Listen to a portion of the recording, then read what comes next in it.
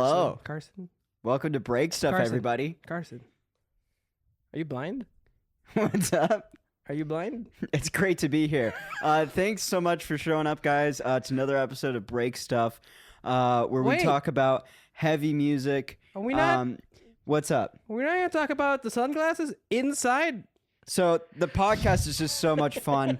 I love doing it. I'm glad you guys are here. Andy's glad that you guys are here. Andy, what have you been up to? What's up with the sunglasses, man? Has your day been good? All right. It was all right. It was recording. What happened? I was recording for a commercial. For a commercial? How did that go? I mean, it didn't turn out the way I was hoping it to. Why? It's because of my inexperience as a producer. I see. Does it like the parts just don't sound good, or like The what? parts were too busy. Too busy. I see. And did they tell you this, or did you realize it at the end? They told me this. Ah, I see. They're like, it's cool. We're still going to use your parts, but it's too busy, man. Shame. I mean, like, lesson learned. I mean, like, you just move Also, on. they told me, oh, yeah, I had to record additional guitars because your tracks were too tight. Your tracks are too tight. Yeah, like grid tight. Well, I mean, I would take that as a compliment. Yes, but this is not what the track needed. And he showed me. And I'm like, oh, this is why I'm not a producer, see? Yeah, this is why you're a guitarist, man. This is why you're a guitarist. But, hey, dude, I got to learn these things. You do have to learn these things, man. So today was the first time in a long time where I felt super beaten down musically. I see. I felt like a beginner. Well, I mean, like... Musical beginner. Yeah, but like producing, and especially for something as specific as like a commercial or something like that. Like, I think, how soon have you started like producing? Like, when did you start? Like last year, bro. That's what I'm saying. So that's like the equivalent of you picking up guitar last year. So, like, just because it's on a computer and it's like this whole thing, like it's a whole different, like it's literally just like a whole other instrument that you're learning. So like you're still gonna be having those pains. Yeah, you know, like, yeah. I've been doing the production thing since 18 or 19, 20, 21, 22, 23, 20. Like I've been doing production and like engineering for 6 years. This has been the first year where I actually feel somewhat confident. Yeah, it's gonna take some time. Yeah, that's what I'm saying. I need to start hearing these things, man. Yeah, it's weird. Like, you know, like when you'll show me some music and I'm like, yeah, but like the mix kind of sucks. Yeah. Like there's songs It now. ruins it, right? Yeah, like I literally, there are bands where I was even listening to a bunch of like new music on the way back home from like grabbing coffee. And, you know, like there were songs and I'm like, man, like this is really... It's a good song, but... It's good, but like the mix, it just makes it unlistenable. It takes me out of it. Like it almost feels like community theater. Where it's like, I get what you're doing, but I'm not like when I press play, I should be like, oh, like... Bro, it's like watching a Marvel movie, but they bought their costumes from Party City. Yeah, that's what I'm saying. That. It's like your story could be good, your idea might be interesting, but like if the components, especially sonically, aren't going to hit you, like... What's the point? Then what's really the point here, you know? But I gotta develop the skill of like choosing parts. Yeah, choosing parts, also knowing like where, like especially like in the frequency range, like your guitar is gonna sit. If you're gonna hit it in a low register, where does that hit on the frequency spectrum? How is that contributing to like the whole mix and everything like that? I mean, the producer told me, yeah, it was good. It was good. Yeah. It was just, you know, it's too busy. Yeah, too much. Which is, I've conditioned myself for years. Well, the music like, be as tight as you can. Yeah. And be as interesting as you can. Right. For me, busy equals interesting. It's not always true, as I've seen today. Yeah, but also too, like the type of music that you like. And I mean, I remember when I first was getting to know you, you're like, I remember we were chatting and I was like, well, what do you like value most in like music? And you're like technicality. Like that's the thing I love. Yeah. So yeah, like if you're producing some like commercial track, like that's like the antithesis of... Yeah. And dude, I should really learn how to, you know, pull it back. Yeah, for sure. Rein it in. Wait, and yeah. But that's like the biggest skill. It's like one thing I will say is like it's much harder to write a really good pop song than it is to write a really complex like metal prog metal thing. In some respects, yes. Yeah, I think like sure maybe performing it is going to be more difficult on the metal side, but writing like a hit, like if writing like a freaking Olivia Rodrigo song, a Billie Eilish song, like it's going to be far more difficult than like I don't know because again that's appealing to such a larger mass of people, and like that's harder to do compared to a niche group of people that are already in on the bit of like we want complex like hard heavy stuff. Right. That's niche. That's niche. I mean that's what this podcast is. Just like it's for these kinds of niche. people. Or these people that are our friends and are just like let's hear Carson and Andy talk shit for 30 minutes. You know, it's interesting when we're talking about, you know, writing a pop song because this week, because I'm also a private music and guitar teacher. Yeah. So I was telling my student this week, we were talking about motivic development. Yes. Because we were talking about improvising, right? Right. Because for the past few weeks, he just wanted to, like, hey, how do I pick fast? Right. So we've just been, you know, focusing on like accuracy and speed. But I'm like, hey, let's pull it back. Let's trade it in this week. Yeah. Let's take it slow. Use few notes. Let's talk about motivic development. So I got into like, you know, like dynamics, what makes a good song. Yeah. Oh, listen, it's 2 notes. It's stupid, yeah, but in the context, It's perfect. it's good, right? Yeah. I did not apply that Mm. to my commercial. Right. Shame. Yeah, I think you got to lean into that. Shame, a bit bro. More. Shame. But did you get attacked by raccoons? No, Carson, what the fuck? I was telling him when I came in. Yeah, no, so what is it? Sometimes the sessions that I work out of the studio, like this, just a bit later in the night. So I got home around like 12:30, 12:45, which honestly in the context of studio stuff is not that It's late. all right. It's all right. It's not the best, but Yeah. like I mean like I have friends that like, you know, the session They started. live there. Well, the session like I mean the worst one I saw personally like he came in at 3. And I remember, like, I was working an event at the studio, and then I said goodbye to everybody at 9. I came back the next morning at 9. They were still there. Same clothes, all the lights were still on. I was like, oh my gosh, you guys are still here. And they're like, Did they come up with something good though? I don't know. That's like not, You we didn't hear? don't hear You what didn't hear? goes on. Okay, gotcha. Because a lot of my job, like as an assistant, is just like set them up, make sure that everything works and it's fine, and then you dip out. And that's it. That's it. That's the whole thing. Okay. But so basically, I got home at 12:30, and so I still have like where I live in Koreatown. Like, there's never like guaranteed parking, which is ridiculous. This is why I take Ubers here. I know sometimes. he takes Ubers here, which is wise. So like especially in the evening, like everyone is home asleep, and so I basically like go like I basically circling around just waiting for someone to hypothetically have a night job and leave. So I finally found a spot. So like that was probably like 0.5 miles away, which like first world problem. It's really not that far, but like I have to walk home, and so there's a lot of stray like cats, animals all around and stuff, and I basically like I see one like far away in the distance and it's sitting next to the tire of like a car that's parked. And so I'm like, oh, it's probably just like a cat or something. And so I keep walking and like like you like feel something like staring at you, you know. So I can tell that like whatever's in there is like looking at me like up and down, and I'm like, oh, this is kind of weird. Sizing you up. Sizing me up. And I had been at work since 9 a.m. that day, so like coming home at midnight. It's like, I don't care. Like I'm literally like delirious at that point. Like I'm just like I just want to go to sleep. And so I keep walking, and then the animal comes like jumps out. And so again, like my reaction time's pretty slow at this point because I'm out of it. And it takes me like 10 seconds, and I'm like, oh, that's a raccoon. So it's like actually like swiping at me and like snarling, and I'm like. Rabies. I'm like, so I knew it was like the mom or something because like another raccoon came out behind that one Baby raccoon. and went in another direction. So I think they were just like, oh, like she thought I was attacking or like getting up in their space or whatever. So I had 2 options. I was like, I mean, like I could definitely just kick this thing out of the way, but then the risk of getting like rabies, yeah. bit, and I was like, oh, that's really not worth it. So luckily, like, I mean, there's just a sidewalk across the street, and it's midnight, no one's driving around, so I just like Across the street. I and just like, turned yeah, left, and I was like, we don't want no part of that. I was like, you won this battle today, Raccoon. And I just Next did that. time, I'm gonna be packing heat. Yeah, kind of. Yeah.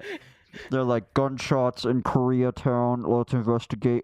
It's just a No, you raccoon. could just- you could It's just a get raccoon a- with multiple bullet Bro, wounds. you could just get like a BB gun. No, I that mean like that. works. I mean, yeah, that would scare him away for sure. Or No, it'll make kill him. I don't Like think with it would kill him. CO2 and like metal. It's not a.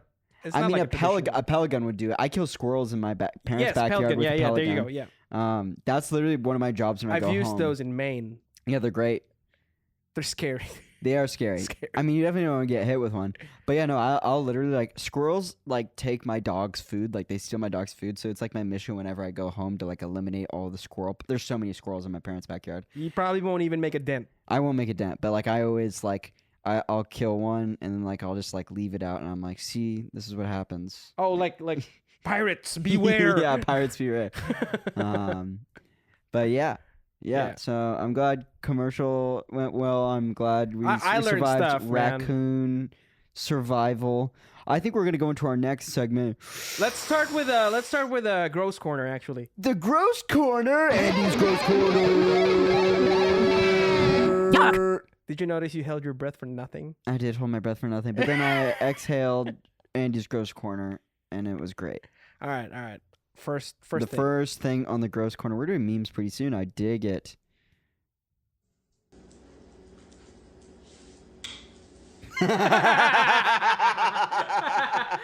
Okay, that. Wait, stop playing that. Sorry, I one. clicked the- Save it for home, Andy. I don't want to see. You showed me that last week. I don't want to see it again. That's so funny. It's short, but it's like, No, that actually got me. That actually bro, got me. I That saw it was today. funny. I'm like, oh shit. That's pretty funny. It's good, right? Yeah, that's pretty That's good, dude. That's pretty good. That's actually never happened to me. No? Speaking of blind people, why do you have sunglasses on? What? What's your next meme? Okay. Dude, I just love being here, being on the podcast, just hanging out. It's a good time. You're a boy in a man's world. And I'm a man who loves to play with boys. What the? No, wait a minute, wait. No, wait. Hold on, Bro, that WWE is so interesting. Just like That's Kurt Angle, right? Yeah, I think so. Yeah. It's just like the lore, the characters, what they try to bring up to make like an interesting show. It's fascinating. But yeah, then you come across those and it's so funny. It makes the ticket worth it. I've never seen it live. Bro, if I saw that live, I would be dying in my seat. I'd be like, ticket worth it. Ticket worth it for sure. Speaking of WWE, I recently I was watching this YouTube video. It was The Undertaker Uh-huh. and Mankind. What was his Mick Foley? McFoley, yeah, that sounds familiar. Mankind. Anyway, they got back together Okay. and they were just rewatching their Hell in a Cell match, the classic one. Yeah. And I'm like, why aren't you dead yet? Because the guy, Mick Foley, he basically fell out of the ceiling of Hell in a Cell, which is like Whoa. fucking high, dude. Yeah. Like, I he don't know fell. I don't know how they do all of that like how they pull off all that theatrics. Because like I don't know. some of those actually look like, which I know some people are like WWE. It's real, bro. It's real, bro. That was me when I was 7. Yeah, well, I mean, yeah, but that's the audience you're trying to call. Unless you're Rick Rubin. Did you know Rick Rubin still loves watching the WWE? I don't blame him. It's entertaining. It is entertaining, and he was like, "That's his argument." Is he's like, "It's just entertainment, Bro, it's soap opera for men. It's yeah, exactly. It's a narrative. You know, it's not real. Like it's just something to like unwind. It's and freaking enjoy. hilarious too. Dude. What if a WWE guy just comes to the ceiling? He's like, "Did you just call it fake?" And we get our asses beat. Dude, but that probably would happen. He'd probably beat you up for the sunglasses on the inside. I don't know what you're talking about. So, do you have any other memes? We got 2. I mean, we have a lot, but let's save some for another day, Let's shall we? save some for another day. That's been Andy's Good Corner. Cue gross ass arpeggios. You want to go skip right to the next part? Does it go hard? I think I just clipped the mic. I don't know. Let's find out. That's what we want. That's what we want. That's what we want for this segment. All right, first off, Deftones. Deftones. My short answer is just going to be a yes. I think even though it's like moody, like all the time, like there are some really heavy riffs in there that I think make them a very heavy band. Bro, just that, you know the meme, Burberding? Yeah. Burberding Yeah. in American. That's heavy. That is heavy. Yeah, for sure.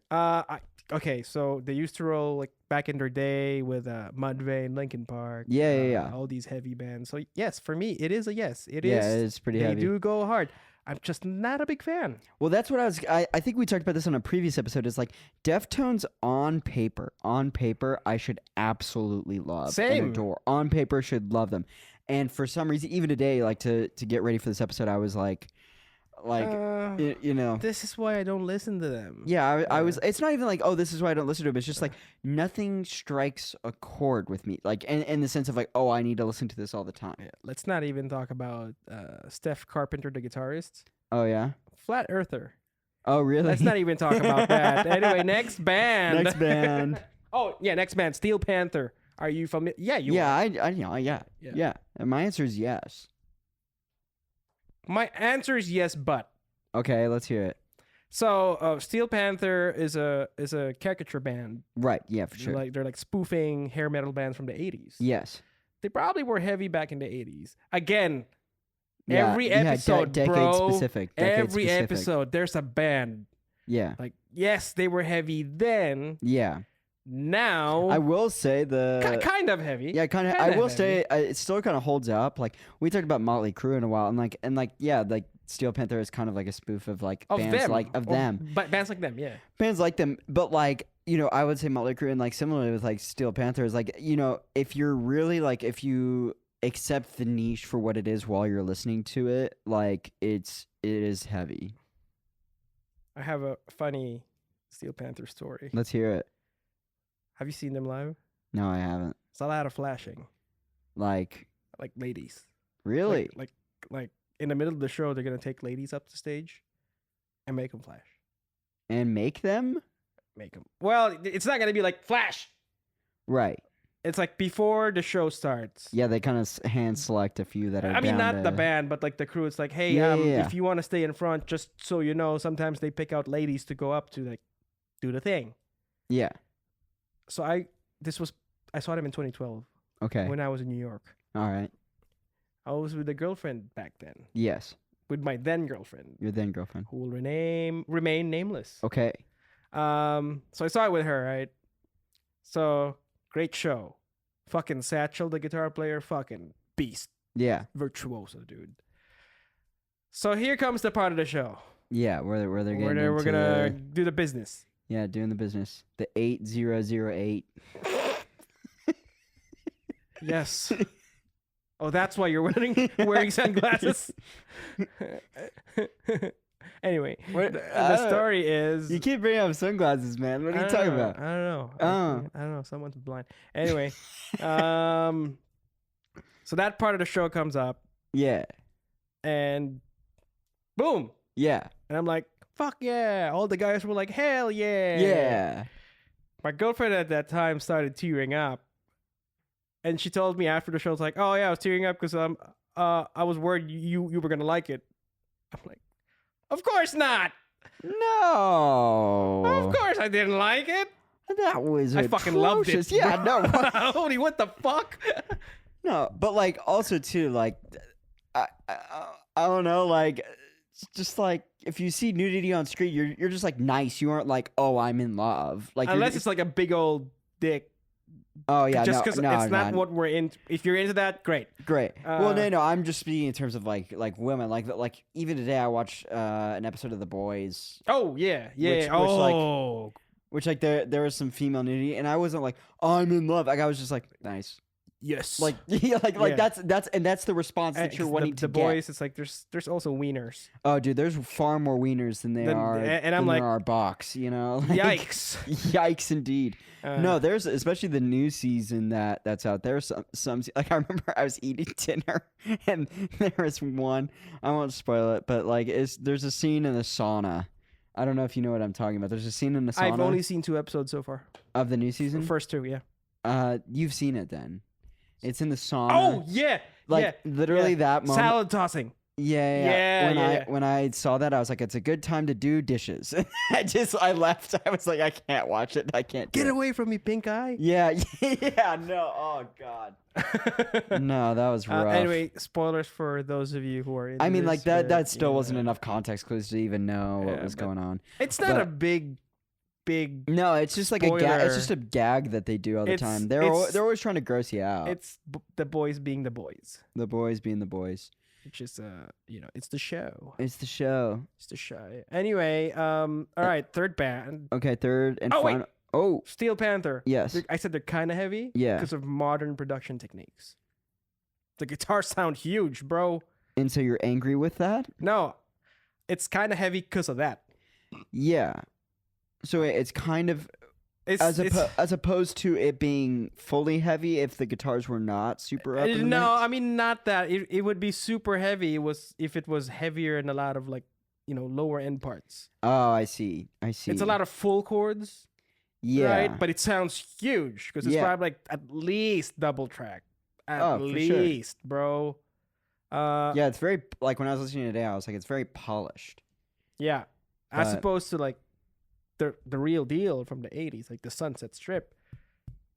They were probably polished for their time. Yeah. Right? Yeah, for sure. Now it's like, oh yeah, it's from the 80s. You can tell. Yeah.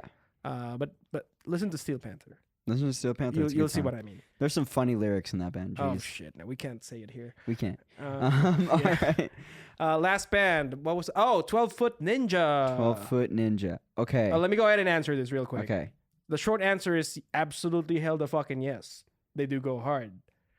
I feel like they are built on a bed of metal, and then they throw everything at it, including the kitchen sink, which is kind of cool. It is cool. I think I need to give them a better listen because when I did today in preparation for this, and again, like I will preface my answer with I did a cursory glance at the top 5 songs on Spotify, so like I'm not super into it. Yet. I don't know. Like in terms of like heaviness, like there was some really, really interesting stuff that they did. Like the first song that's on there, I don't even know what it's called, but I was One Hand Killing. Yeah, I think that's what it was. Mm-hmm. That I was like, oh, cool, this is what I'm getting into. But then as I kept going down the discography, that became less like quote in our book, and like our definition, like heavy. Yeah. You know what I mean? So like, you know what I'm saying? Do you know what I am saying? What's up with your glasses? Do you know what I'm saying? I don't know what you're saying. You know what do but yeah, I don't know. I think I might need to give the catalog a better listen, but like from what I heard, give him another listen. It was just like there was like some heavy moments, but it wasn't really like metal. It was like there was like it was like unique parts that I think instinctively like the band is good. I just don't think for our context it's heavy. So for you, it's no. It's no.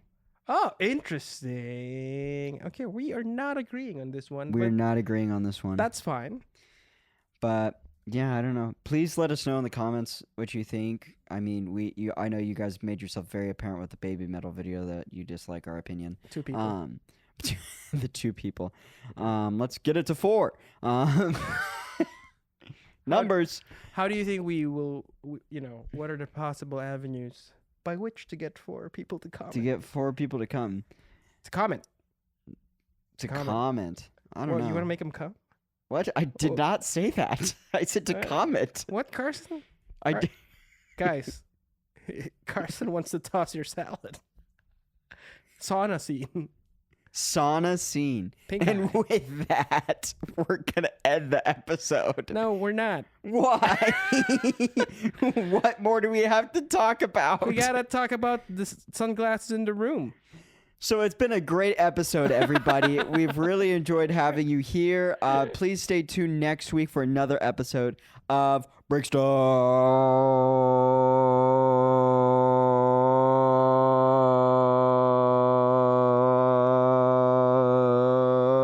Cue the music. The only thing I'm gonna break is your sunglasses.